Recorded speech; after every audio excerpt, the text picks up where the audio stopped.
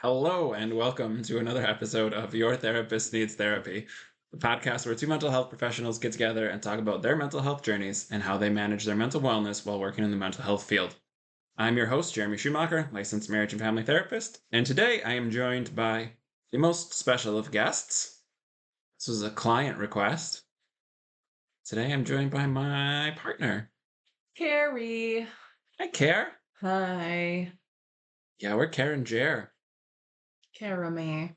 No one calls us Carame. Also, let's go ahead and just say right off the top, care is C-A-R-E, not spelled car. Yeah. If anyone listens to Radio Milwaukee 88.9 in the Milwaukee area, I have a radio ad going right now, and my business name is Wellness with Jer, which is shortened to JER, which I think is pretty standard fare and mispronounced right away. How did they say it? Wellness with Jer. This is Kenny Perez. What do you want to talk about? Let's talk about the creative process and how it's been tied to religion for us. Are you going to start? Singing mainly. Sure. I don't sing, so Or like playing instrument. don't do that either.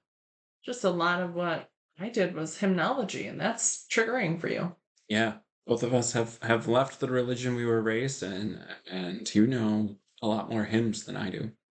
Most of the hymns. I had hymnology growing up and learned all the hymns, but in like my very ADHD way, where I memorized it very quickly, went recited it, and then promptly forgot it. But like I like singing like the alto or tenor line in a hymn. So I liked that part of church services. And I had an older feel church growing up. So we sang a lot of hymns during the service. And I've been in choirs since fourth grade. Yeah. Should we talk deconstruction briefly? Yeah. We both stayed in religion for way too long. When I was in fourth grade, someone should have said to me, Carrie, you can't be a Lutheran. You're too much of a feminist. Yeah. Fourth grade. Fourth grade. Because the story I always say is in third grade, I told my parents I didn't want to go to heaven because there was too much singing. I think because we moved schools when I was in fourth grade that I remember it. So the school that I transferred to had a rule where only guys could carry the tables. And as a physically strong bodied, tall person, I was physically more well equipped to carry tables than several of the boys in my class through the eighth grade already as a fourth grader. Mm-hmm. And this was offensive to me. Yeah. Yeah, and then we didn't leave formally until like our 30s, so. But also, just long. like, can we talk about women in like a Bible study? You feel like you're supposed to know the answers, but you're not supposed to say it out loud because there are men in the room. Yeah. But like how sexist is it that like it's okay for the women to teach like Sunday school? Mm-hmm. It's not because that's biblically different. It's just because the men don't want to deal with the children. That's right. That's nowhere in the Bible. Some men would like to deal with children. Sure. We don't have quite the abuse scandal that the Catholic Church does, but you can Google Lutheran sex scandal and you will find results.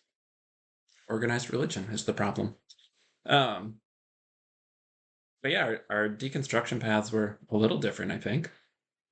Because I have been maybe never 100% into the wells, but always feeling like I need to present as at least 100% in the wells to be considered as a teacher in the wells. Yeah. Or as someone whose mom was a teacher in the wells. Just always that idea of what people think about you matters the most. Right. Which is like a weird evangelical teaching. Way more than what's inside your heart or your motives or your reasoning behind anything, which is what a motive is. I know. And your value system, yeah, it's God, church, family. You're not on that priority list. You as an individual are not on that priority list. And I guess I probably also just have manipulative parents and people in my circle to where it was never we have to be godly. It was we need to appear godly. Right. Appearance over reality, for sure. I had hell trauma. I think that's why I stayed for a long time. I was scared of going to hell.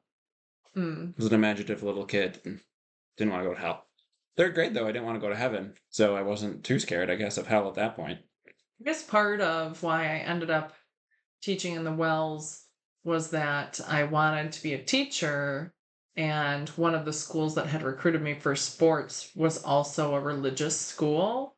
So I was basically looking at like a school where my religious experiences where I had to go to chapel a certain number of times a week or a month or whatever, but it wasn't the religion that I had grown up with versus, you know, the religion I had grown up with, that Hmm. all my family is. So that's where I kind of ended up there by default, not necessarily that like I wanted to teach little lambs, the word of God. Yeah, It's always for me like I wanted to be a coach, and all the coaches I knew were teachers. So I figured I'd be a teacher so I could be a coach. yeah. And when we met, I mean, I think we were both already counterculture to this like tiny religion. Yeah. That was part of the appeal for both of us was like, Can be real with each other because we're not trying to put those airs on. right. And we called out a lot of the nonsense we saw from our professors or teachers or other classmates or whatever. Like, I don't know, neither of us were bought in, but we were both good enough children that we were gonna keep playing the part. Yeah, and then I think I stayed for so long teaching because I graduated from a college in Minnesota, and I'd gotten licensed as a teacher in the state of Minnesota. And, rumor around town with the DPI was that it was really hard to get licensed in another state, depending on which state. So I think I was putting it off because I didn't know for sure if I could teach in a public school or a different school without a license. So I was licensed in a different state, and the synod that I was teaching in didn't care. Yeah. Which like is a little bit of like behavior control and probably information control if we're talking about the bite model of cult authoritative control. It's behavior, information, thought, and emotional control. And like these are ways that, you know, a cult is going to limit your a cult in the sense that society thinks of a cult is going to limit like how much money you can have in your bank account or whatever. But like these are little ways in which Christianity, which is also a cult, the cult of Christ, has big numbers, but it's still a cult and it follows that way. Like this is how a small sect of that religion can control people in minute sort of ways. And it's kind of embarrassing when you look back and realize that you've been under controls like that. Um, it is embarrassing, but like it shouldn't be embarrassing Right. because it is controlling without seeming like it's controlling. But yeah, it's that. Let's do a quick aside.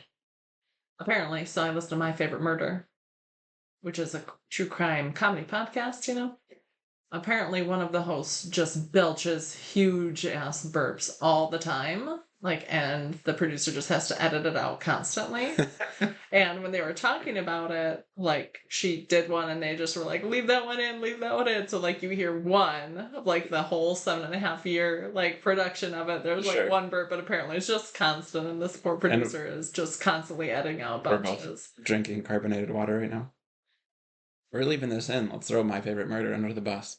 Oh, I love it.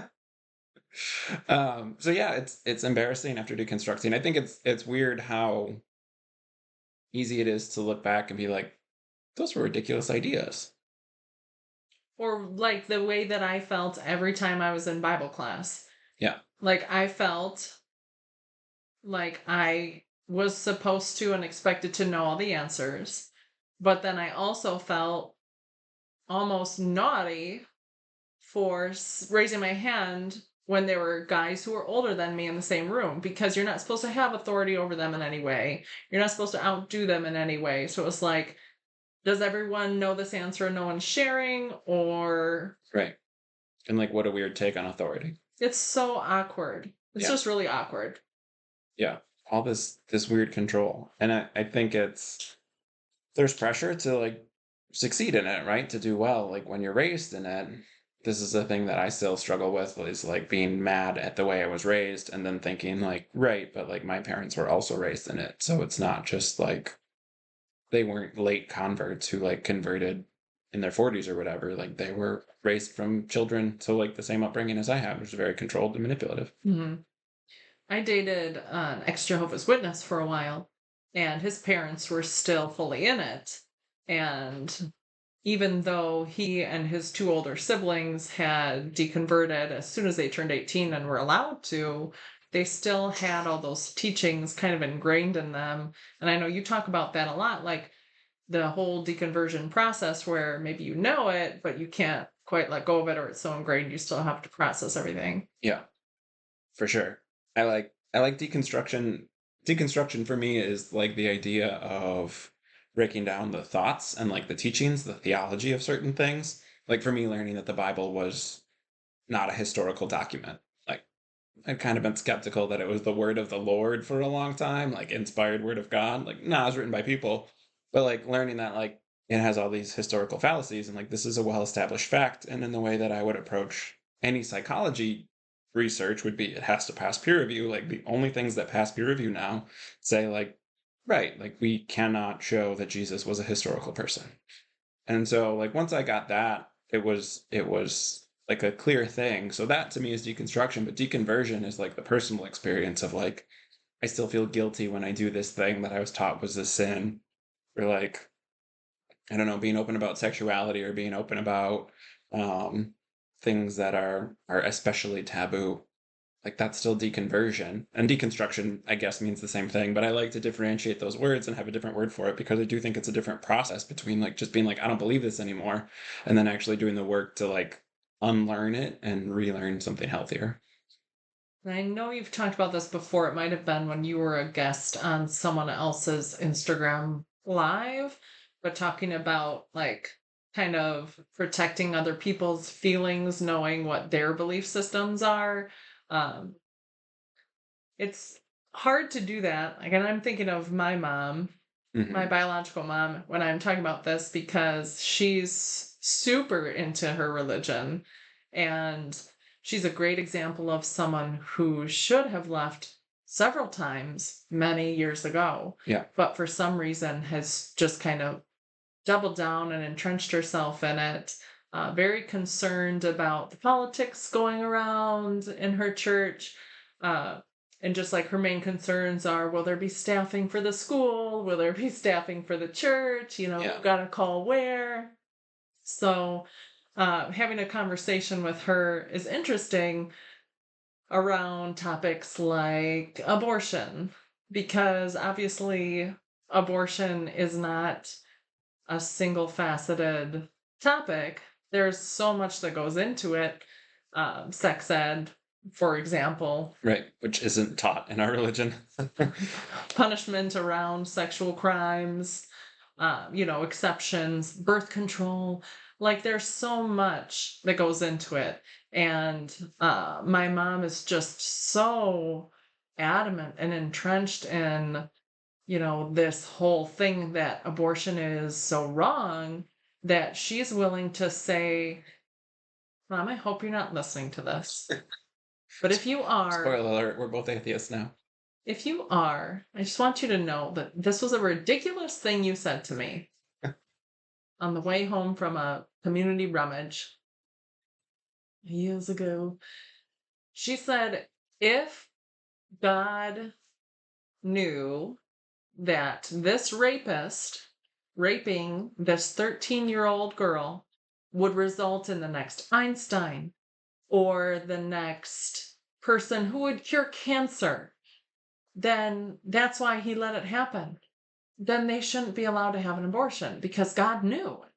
It's like, right, but like literally think about it. If God has such power to create a person with the ability to cure cancer Hmm. or to be as wise and learned as Einstein, Famed Christian scholar Albert Einstein.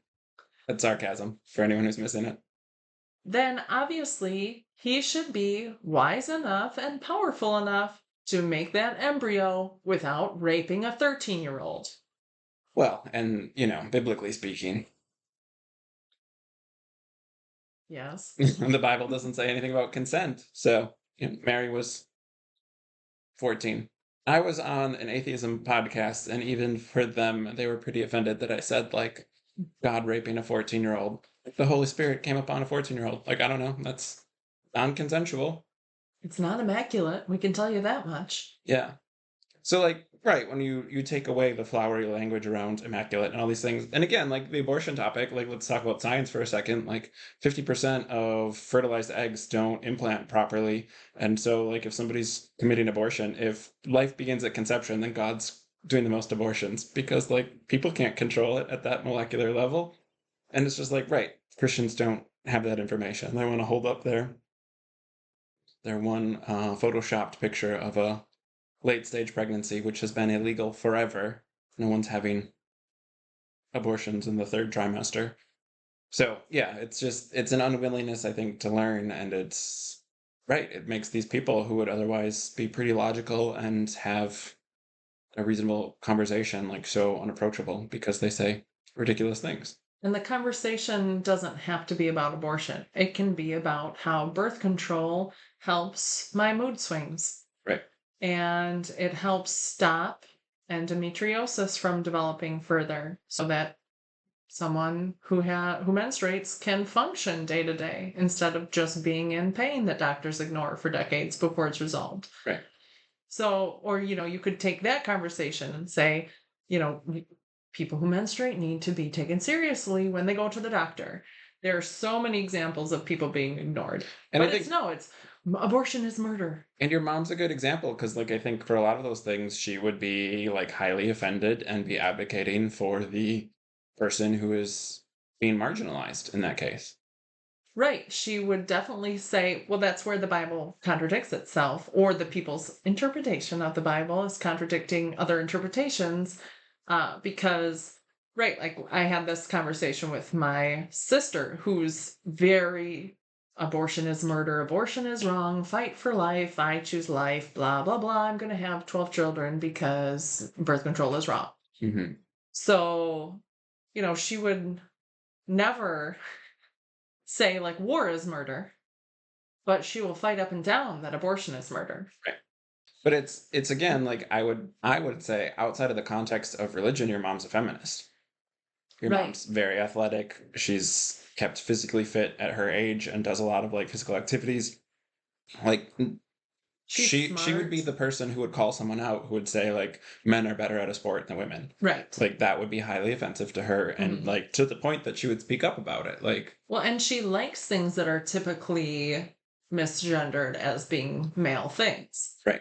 She loves watching sport. She loves analyzing. She's a very sport person. Culturally would be called a tomboy.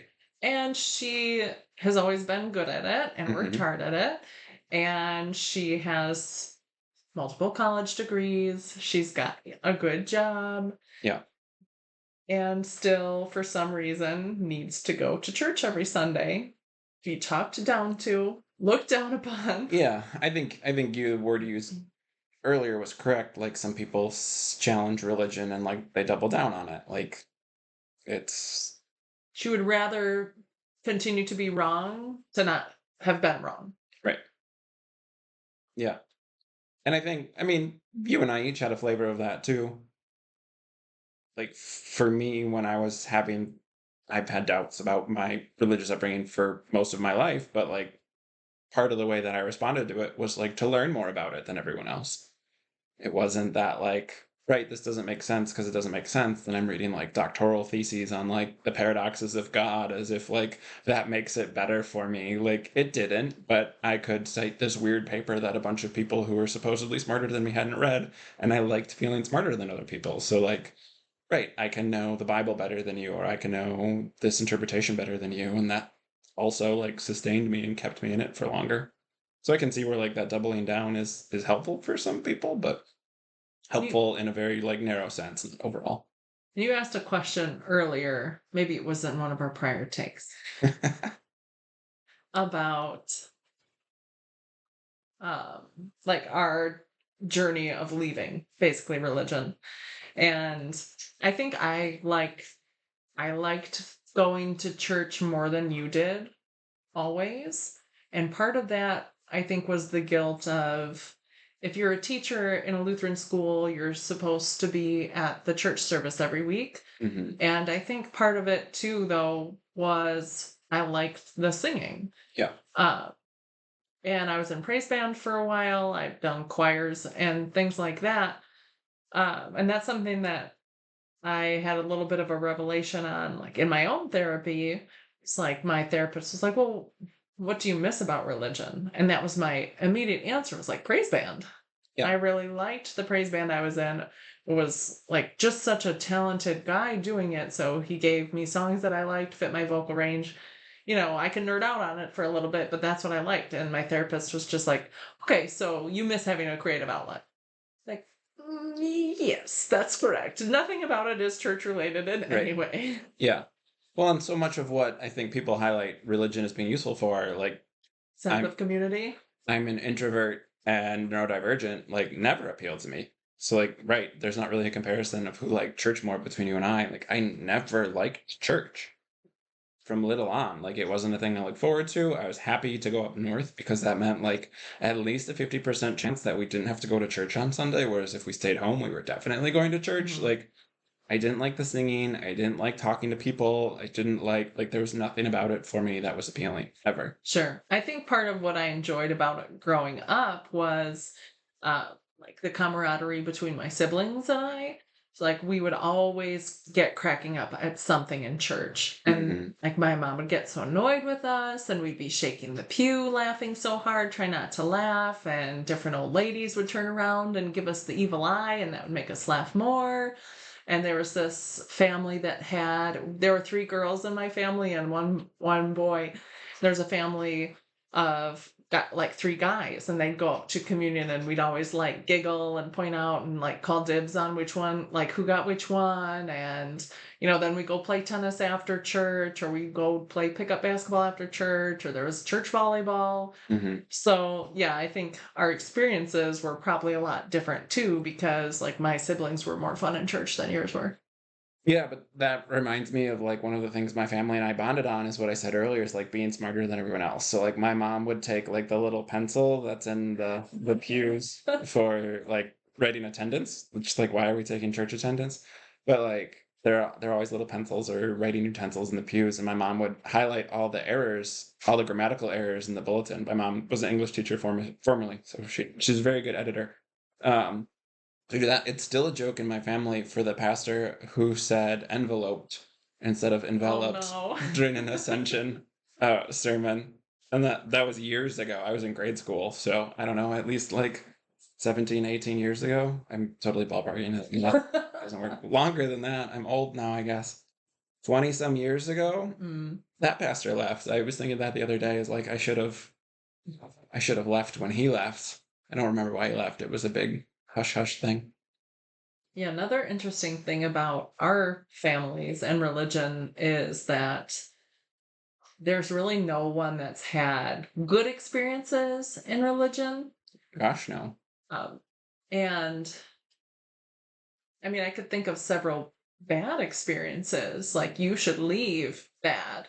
Yeah. And All for females. My mom, my sister, you.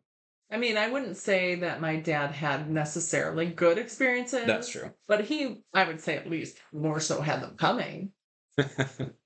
Your mom. Dad, if you're listening, You had it coming. we're Your Athiopic now. your mom.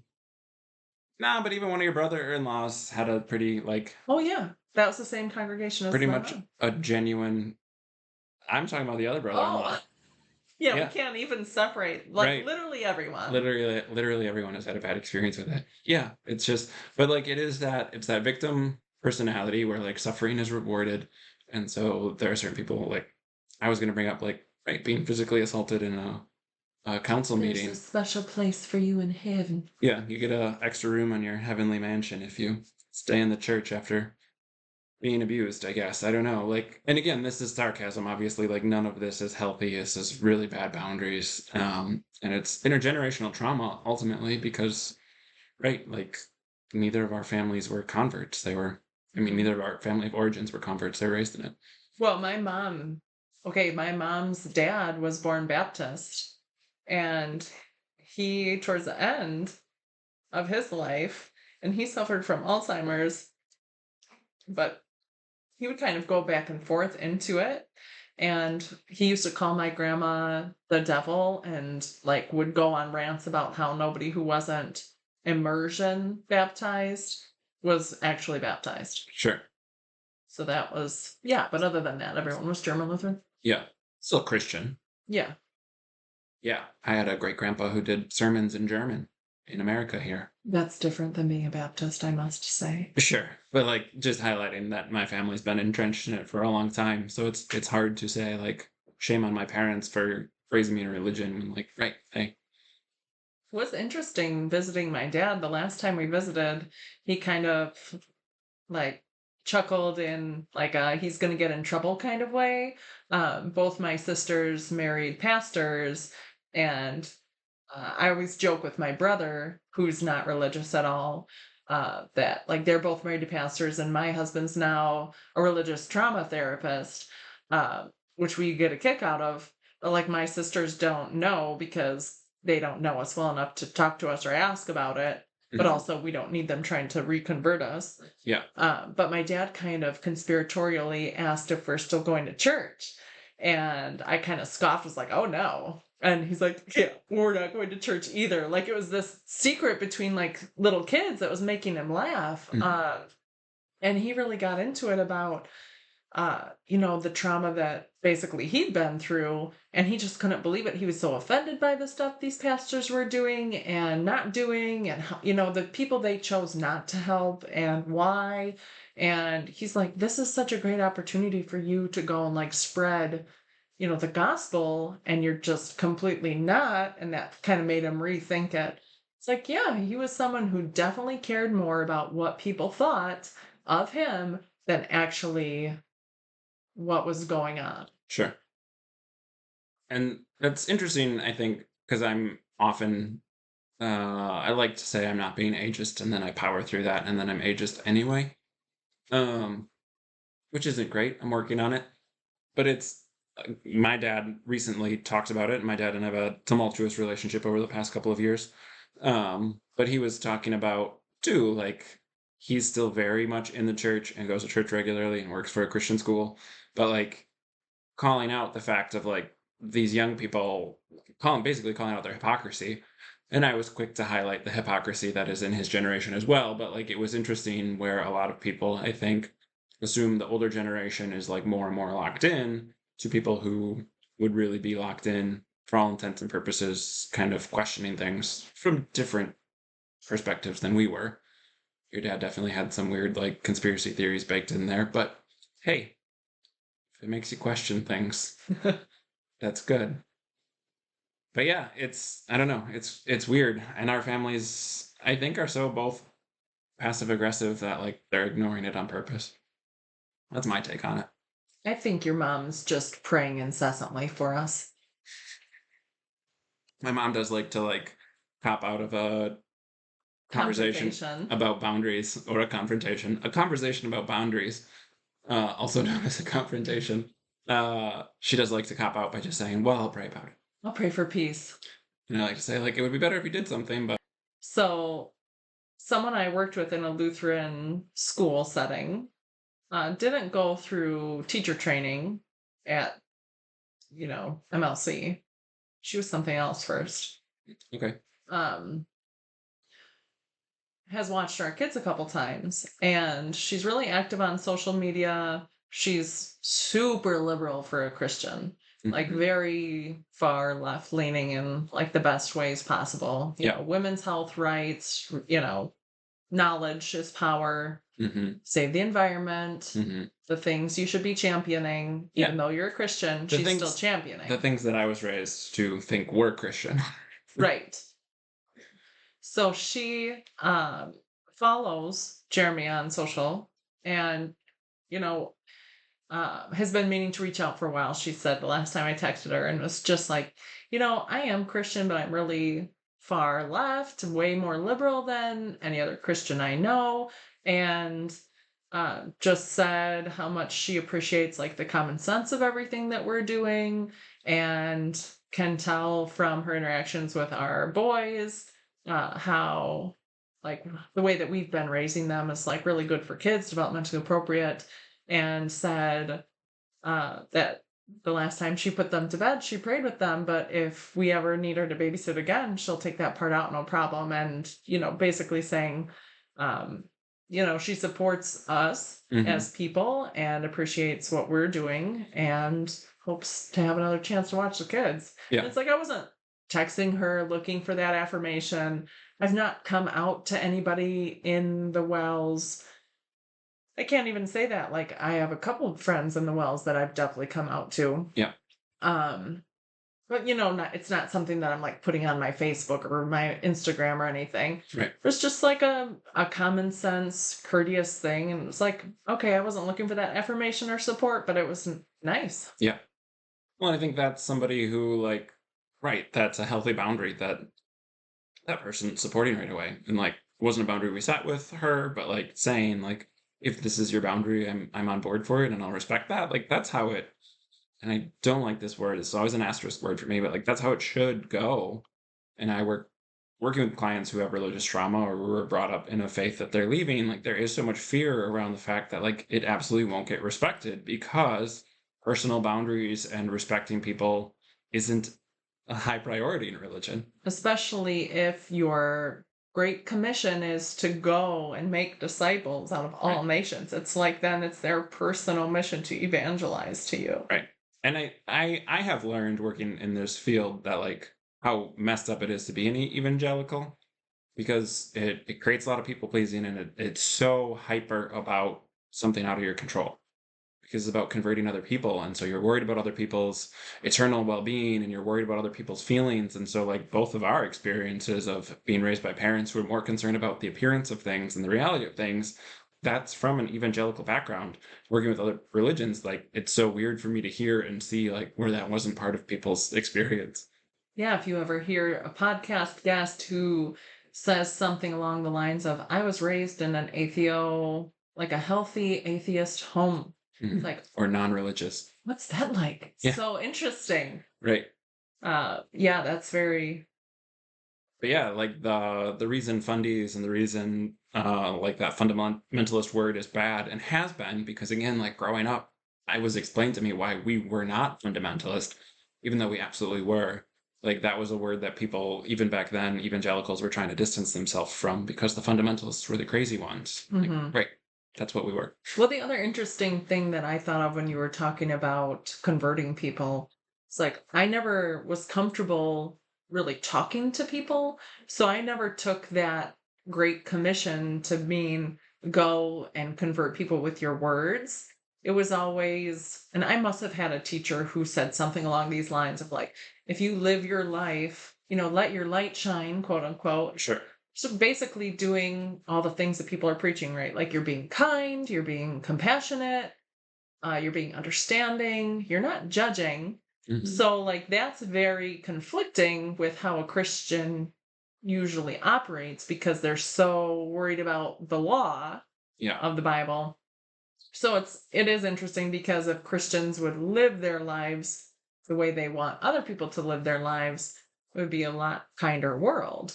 Yeah, I've seen people who I went to high school with, and I also went to a religious school, high school, and so I've seen people who have deconverted, and we follow each other on social media or whatever, and it's a lot of posts about like millennials being socialists and like Christian parents being mad at them and being like, "We are what you made you like we're socialists because we're supposed to feed the poor and we're supposed to care about the environment, we're supposed to be good stewards of these things," and it's like yeah, and that's been interesting. I think a lot of people view COVID as a reason for people leaving the church, but it is really, I think, the in-group out-group dynamic has heightened and gotten more extreme where it's like a political party has taken over for a lot of people's Christian identities. The Republican identity is more important than being Christian. Yeah, when my dad asked my brother why he wanted Bernie to win Michigan, Yeah, like it was a very simple because I care about the environment. And that was like that should have been enough. right. Yeah. That's part of a big reason why my dad and I have had a tumultuous relationship was around politics and me basically being like, you work in the social sciences, like you should be a socialist. Like I don't understand. And Probably where some of my ageism comes in from my parents and my relationship. Hmm. That's why I go to therapy, everybody. Point of the podcast. Your therapist does need therapy. Let's talk about briefly, very briefly, getting burned out as a teacher due to lack of support or bad bosses or toxic work environments, Hmm. and trying to recover from that. Investing in yourself in a healthier way. Sure. So my brief work history. If you want the full work history, subscribe to no our first we recorded hour-long we podcast. recorded an episode that we did not save and we trashed. So I started as an aide for a year and a half, two different schools. Then I went to full-time teaching, which the first school I was at had set hours you had to be there, but it wasn't anything that I'm, scarred from necessarily. It was more like if you're teaching 12 subjects and correcting all your own things and entering it, then you're going to need prep or an aide. And not everybody got that all the time, Mhm. as well as then coaching responsibilities, which, Weren't compensated for. correct, weren't compensated for, but also it's like that was one of my passions. So I probably coached, I wouldn't say the most, because I know there were a couple people who coached a lot more things than I did, but I wasn't slacking on that Sure. in any way. And then I went to basically a part-time at a different school to give other teachers their prep period. So that was like a rare example of actually taking good care of their staff. Hmm. I was there for 1 year, and then the school I was at after that turned into basically like being there for hours without the children, just like to look more professional. So it was, um, well, first I started there part time and I didn't have prep and I wasn't offered benefits. So it wasn't good, but basically it was close to our house and it was like late in the summer. So it was kind of crunch time for finding a teaching job Yeah.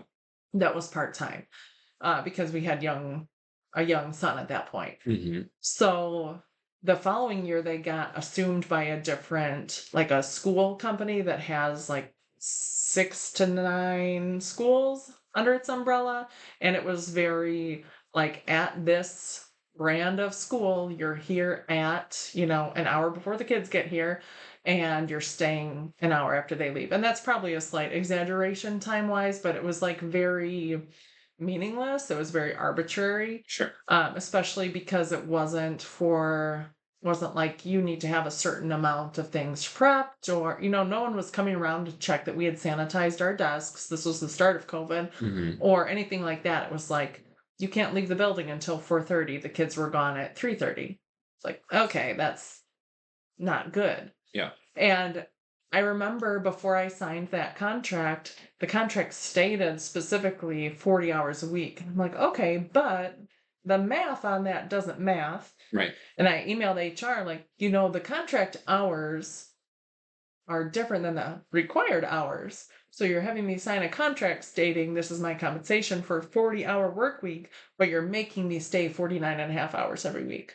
Oh, haha, that's just all teachers are expected to do that. No big deal. It's not a problem. Haha. Hmm. And that was the honest response, was just like blowing it off. Yeah. And they at least compensated a little bit for coaching, but it, was just gas money essentially. Yeah. Hmm. Oh, and then sure, the preschool that I worked at after that started off great. It's like a family run operation. The director was a mom of two of the employees at the time that I was there. Lots more had come and gone. And grandkids in the school. Yeah. And just a lot of nepotism, and basically there was like an old school and a new school, where it was the director's daughters and then her two like good friends who had worked for her for 16 to 18 years were the ones who got all the thanks and appreciation and special shout outs and awards. And everyone else was like, fill the bleach bottles, fold the laundry, stay extra, plan this. Yeah. Just very clearly. And it did start out like the first time that one of the kids was sick. I think actually we had COVID. That was when we had COVID.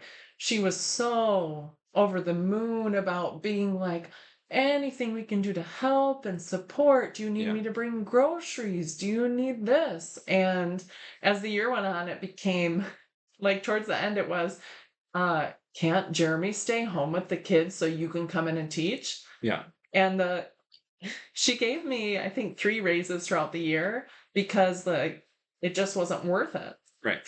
And every time I went in, she came up with a little bit more. But she was basically asking me to have you come in, like you stay home. I'm like, no, he can make in 1 hour what I make in like 2 days. There's no, Yeah. no. Right. And so we had nap time every day. I was with 2-year-olds, and then she threw toddlers in because the teacher quit after 2 days. So it's like just Yeah. unhealthy work environment. And this is cutting like the 50-minute episode that we recorded. That was like all the terrible stuff from the school you were at for like 6 or 7 years. So yeah, I ended up having like I started therapy because well, I ran into like I had like a tiny panic attack when I ran into one of my old principals at the grocery store.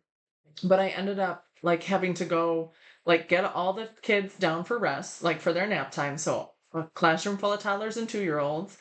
Once they were sleeping enough, then I could leave. Like I had to, sign out and leave, go to therapy, and then come back by the end of the day. It's like it wasn't even like, and then process your trauma at home on your Right. own. It was come back and be in charge of like cutting up apples for 17 kids, and change all the diapers one more time real quick. Yeah. So it was like, I think in our negotiations at the end of the year, I was like, I will stay and teach again next year.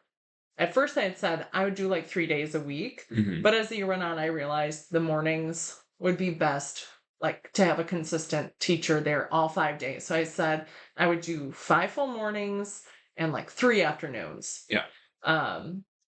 And so I wanted 2 afternoons off so I could do my therapy Mhm. and my chiropractor because working with little kids kills, and a raise and insurance, like health insurance. Right. And she took a week to get back to me and then said, you came to me with a lot of interesting requests. I cannot say yes to any of them. Right. I'm a full-time employee. I'd like health insurance. It's not an interesting request. Yeah. So it was also interesting because my closest coworker there kind of would ask me questions that would seem obvious, but weren't obvious to her. So she would ask, like, because our director was very, I'm not going to say very oppressive, but she was like, don't talk to the other workers about your pay. Let's keep this between you and me. I just can't have anyone else knowing that you got this raise. So when we finally talked about it towards the end of the year, we just couldn't stop laughing because she had told my coworker that she was getting the highest pay of anyone in the building. And then we both said our salaries out loud, and I was getting more than she was. So we just like, we're crying. We were laughing so hard. Yeah. And that she was paying her daughters more than she was paying us. Yeah. Yeah. So, and like that's parochial schools for different religions.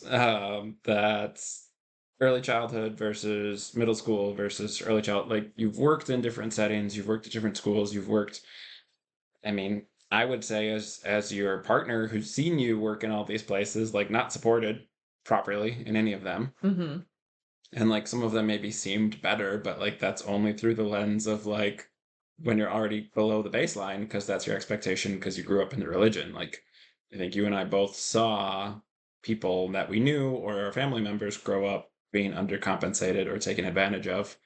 And that was like, right, because that's how you serve the Lord. A servant leader. Yeah, a servant leader is And I had that experience too, right? I worked at the college and wasn't paid for like 3 years of doing mental health work. And when I brought it up to somebody, they were like, that's part of the job. And I was like, no, it's not. And so it's a weird old school thing. But yeah, so you said already that you started going to therapy then. Hmm. I did. And I'm glad I did because towards the end of that year, I also got approached about coming back to the Wells to teach, Mm-hmm. which is something that does still get brought up to me often because I do still see some people in the Wells. Um, but it was like I was considering it because it was an art class at the high school or a science class at the high school. Mm-hmm. And those are things that I enjoy teaching. If it had been an English language arts course, it would have been an easy no for me. Right. But I was actually thinking about it because it was a subject I liked. Mm-hmm. It would have been a lot of work. It would have been underpaid.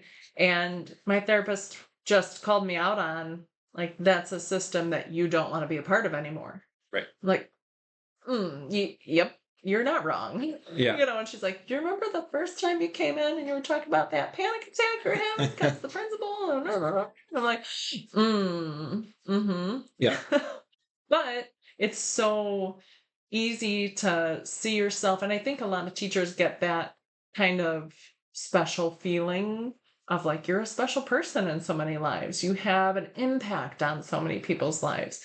You can make a difference in so many people's lives. Yeah. And I don't want to say that I had a savior complex, but I definitely like seeing kids that I taught in 5th grade who are going to college and they're like, gosh, you're so grown up, you have kids, and like checking in on me. Or Jeremy's parents both work at the high school where a lot of my students ended up going. So they'll pop in to see his mom or dad and like ask about me. And like, that's cool. Yeah. I don't think that a lot of teachers can say, like, I had an 8th grade boy defend my honor to another teacher. Mm-hmm. Like, that's a point of pride for me. But also shouldn't ever happen. right. Yes. So, like, yes, that shouldn't happen. That's another HR story for another day. Yeah. Oh, also, gang, just going back a second. If anyone ever tells you not to talk to your coworkers about your pay, 100% talk to your coworkers about your pay. It's illegal for your employer to not let you do that, and it's almost always a sign that they're paying people very inequitably. Yes. So, right, what I was saying is basically like, you do get a lot of good feels from being a teacher, but that doesn't mean that you should not get paid and you should get burned out and you should overwork yourself. Mm. That means that once they start paying appropriately, giving you benefits, and having healthy hours and boundaries, then you can think about it again. Yeah. And like in any other profession, that is normal, typical, I guess. And like it's predatory. I talk about this with people who have their LCSWs, who are social workers often. I see it often with the medical profession that I work with, medical professionals I work with too. Like there are professions where because you care, Mm-hmm. you're helping other people, Mm-hmm. a teacher, a nurse, a social worker, you are underpaid because you're going to keep doing the job anyways. You don't know how many people have said, well, you didn't become a teacher for the pay. Like, that is 100% accurate. Mm-hmm. However, You should be able to pay your bills. Yes. Right. That's the thing. Well, and That's it's one of the things. how many teachers have second jobs or need to have a like cash job that they don't do their taxes on over the summer? Like, yeah, it's not great. We had at the second school I taught at, there was a care committee through the congregation, and they would meet with us once a year. And one of the questions was always about the wage. And it was always just, no, you don't pay us a livable wage. I'm full-time teaching with a 4-year degree, 3 years of experience, and I'm living in my in-laws' basement. Right. And we still can't afford anything. Yeah. And right, like those benefits were never good either. Like didn't cover. I will say, at least in the beginning, the insurance was covered. Sure. I think my last year at the first school, we had to start paying for the insurance. Yeah. We definitely did everywhere else after that. Yeah. But yeah, I definitely think it's predatory. I think it's baked into the system that like let's underpay these people because they'll Hmm. put up with it because they care. And it's interesting too, the shock that people who have real jobs other than being a teacher, they are just literally shocked at how low teacher pay is. Yeah. And I know people who say, well, then get a different job. Sure. And then we have a teacher shortage. Or Well, then you're mad that your son's teacher's on strike for pay. or, like how? Like you have a 4-year degree, you have your master's degree, like, and you're not getting a livable wage, and then you're supposed to go back into student debt to get a different, like, Right. Like because you were in the army and then you got a different job. It's like, right. Not many people stay in the army for their whole career. That's slightly different. right. Um, so I think that's hard. Um, and also it's like the people who know teachers are worth a lot more. It's hard for them to hear that. Yeah.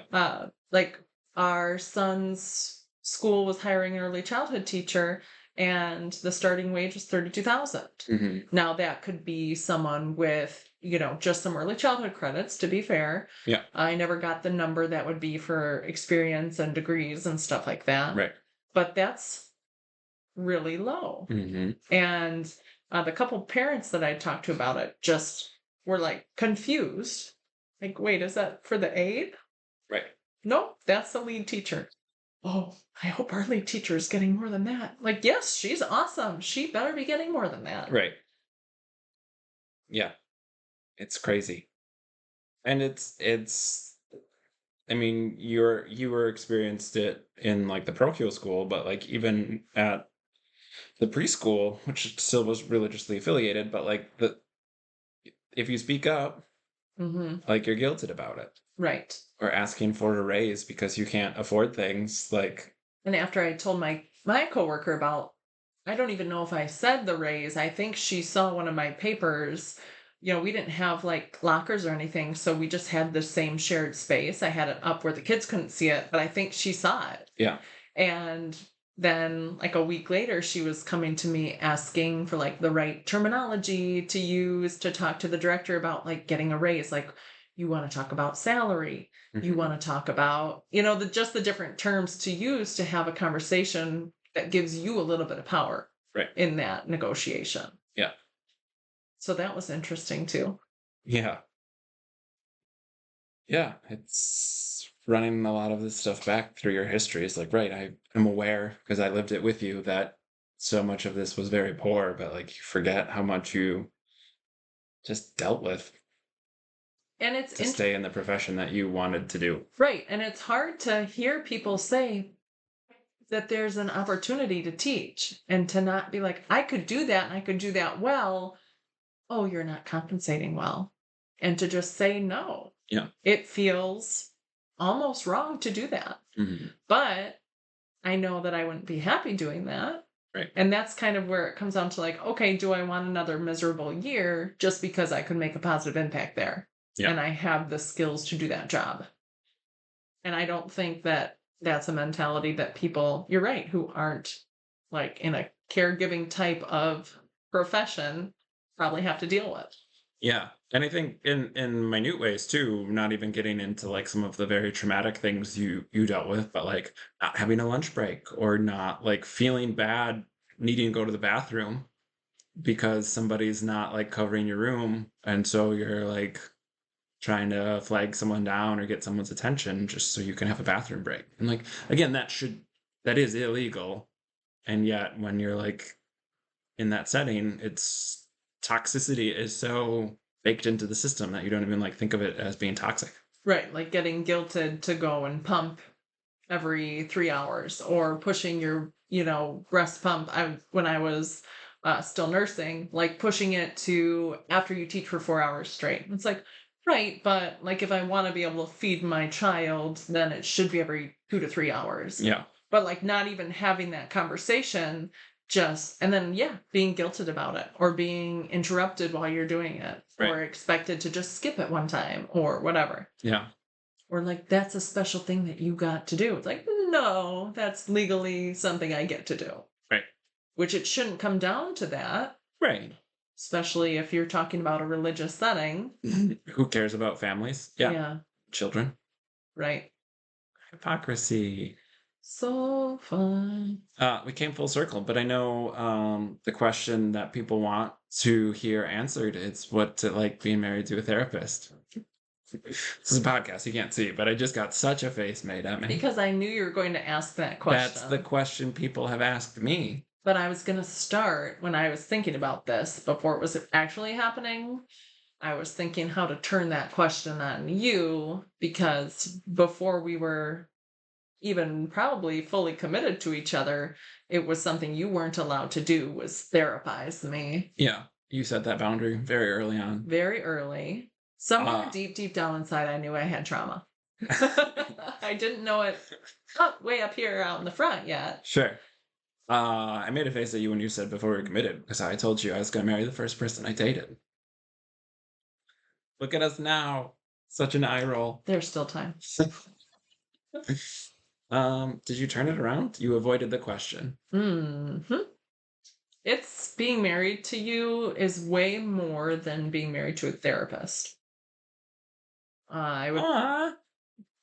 You're so complex. That was not said nicely for the people who don't know Carrie. So, the part about being married to a therapist has changed over the years, depending on where you have worked and your clientele. Mhm. Like, sometimes it means that you're like physically unavailable because clients need evening hours. Mhm. Sometimes it means that you're taking a call from a coach at midnight because a player is having a breakdown. Just the availability of you. A lot of times it means if someone says hi to you in public, I should ignore it. Ooh. Yeah. That's kind of concept. I mean, right from the start, it was like, I can't really ask you about your job. So I think that's been something we've negotiated a little bit back and forth over the years, to where there are a lot more details about your job that you can share that aren't about like your actual hour-to-hour job. Right. Especially now that you've got your own practice. That definitely changed that dynamic a lot. I would say that it's nice to have an expert in the house, but I definitely have to clarify that you're allowed to do the therapy thing for the certain conversation that we're having, if that's what I want. Otherwise, Yeah. it's more of just a partnership. Yeah. Which is good to have that boundary. I think it's hard, and other therapists and I have talked about this concept, not specifically, but the idea of like, right, like it's hard for us to turn it off because we don't inherently think of ourselves as therapists, like as if that's some singular setting we can turn on and off. Like, right, I have a lot of knowledge about psychology. Like, the way I talk to you is not how I talk to my clients. That doesn't mean that the knowledge is gone. But yes, we set that boundary. You set that boundary. Look at me setting boundaries before I knew what they were. Yeah. What a safe person I must be. Your face. I just waited for you to roll your eyes at me. What are you reading? What are you watching? I am mostly listening to podcasts if I have time. And I do like some reselling, so it's easy to have a podcast on while I'm doing like listing work or stuff like that. So really like true crime. I like My Favorite Murder. I think probably my favorite, actually, I would say Buried Bones has probably moved up to the top for me. Like if My Favorite Murder has a new episode out and Buried Bones has a new episode out, I'm listening to Buried Bones first. Sure. I've been reading a lot of murders. There's a lot of like murder at a Irish cottage, murder. So that's what I'm reading right now is Carleen O'Connor's Murder in an Irish Village series. They're always so like specific with It where is it happens. very specific. I really like the dialect spelled out. Sure. It's fun. Yeah. Like Egypt. EEJIT for idiot. Yeah. I love that. I don't know why.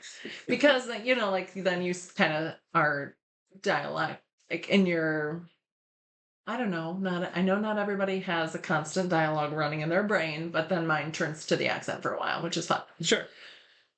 I usually do Nordic noir, but it's hard to find new series of that. Mhm. So it's nice to find a series that's been done for 3 years, so I can just read all 13 novels, and I don't have to wait. Like this one that I'm reading right now, there's one more out, and then there are 2 more that haven't come out yet, at least to our library. They might be out there somewhere. Sure. And then, while I'm waiting for the library's inner system loans to come into our branch to pick up, I'll listen to whatever on Hoopla. So that right now is this Barbarians series, which is just a lot of tropes. It's a romance series or a fantasy series. It's a lot of tropes, which Sure. it's fine for an in-between thing, but it's a lot of tropes. I'll say that one more time. Yeah. Sounds real tropey. Alien tropes. If you want to hear about it, it's Ice Planet Barbarians. Take a gander. Give a listen. Watching. I just watched Brigadoon. Yeah, you were waiting to watch it by yourself. I rented it from the library. I waited to watch it by myself because you would ruin it if you watched it with me. If you don't know this about Jer from listening to the podcast, he's an elitist. Only on very certain things, and I don't such think as it's all music, movies, I don't think it's elitism. books, I'm very kind. opinions in general. I'm very kind. I'm very kind to my guests when they say things that I don't like. I don't say anything about it.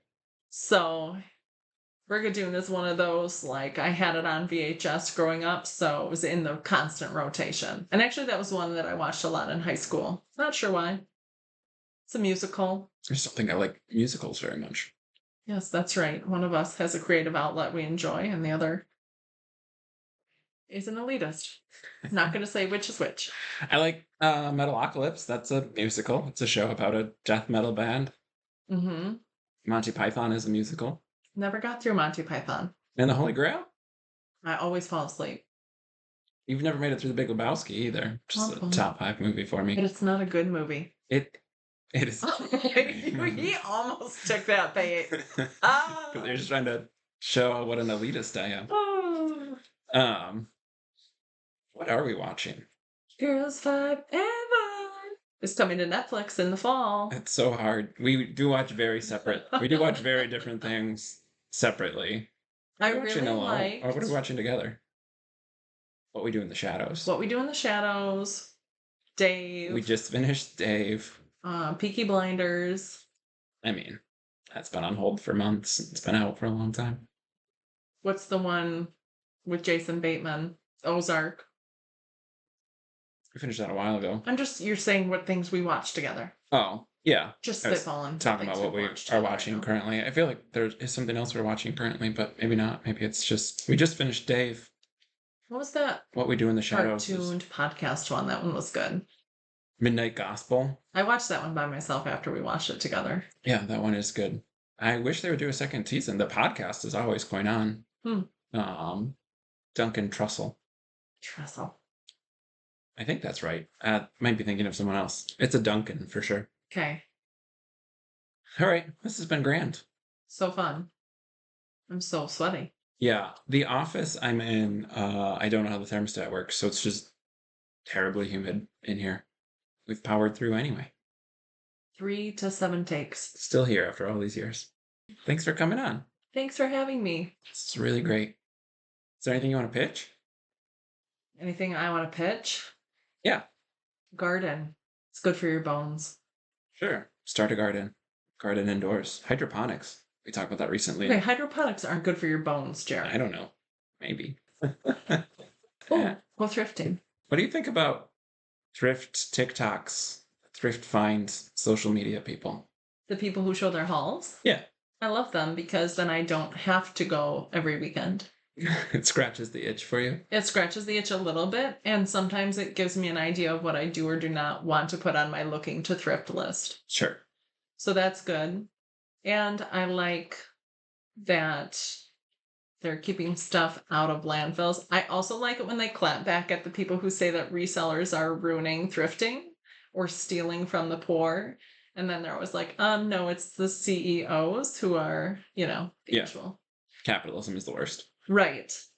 But like even for thrifting, like I'm a thrifty thrifter, so I do like the 99-cent weekends or the half off colors on Customer Appreciation Day where you get the additional 25% off. Mm-hmm. I do that kind of stuff. Or like you go to like the neighborhood one where maybe they have recovering drug addicts working the cash register who don't always charge you for everything. And I think they do it on purpose to be kind. So there's one lady who charges you for everything though. So you got to know your cashiers. That's from a regular thrifter. Yeah, all my stuff is at wellnesswithjer.com. I got all my, there's a media tab now. So that's literally all my stuff in addition to the blog. We're working on getting a resources tab. I have too many tabs and I just like to change my website often. So yeah, wellnesswithjer.com will be in the show notes. Yeah, maybe you can hyperlink my Poshmark. Yep. Carrie's resale stuff. Super thrifty. That's not like the name of it or anything. I'm just describing it. That'll be in the show notes too if you're interested in great deals. No, I'm making money, Jared. They're not getting great deals. And Poshmark is making money. It's all capitalism. Anyway, everybody, thanks for listening and tuning in. We'll be back next week with another new episode. Take care, everyone.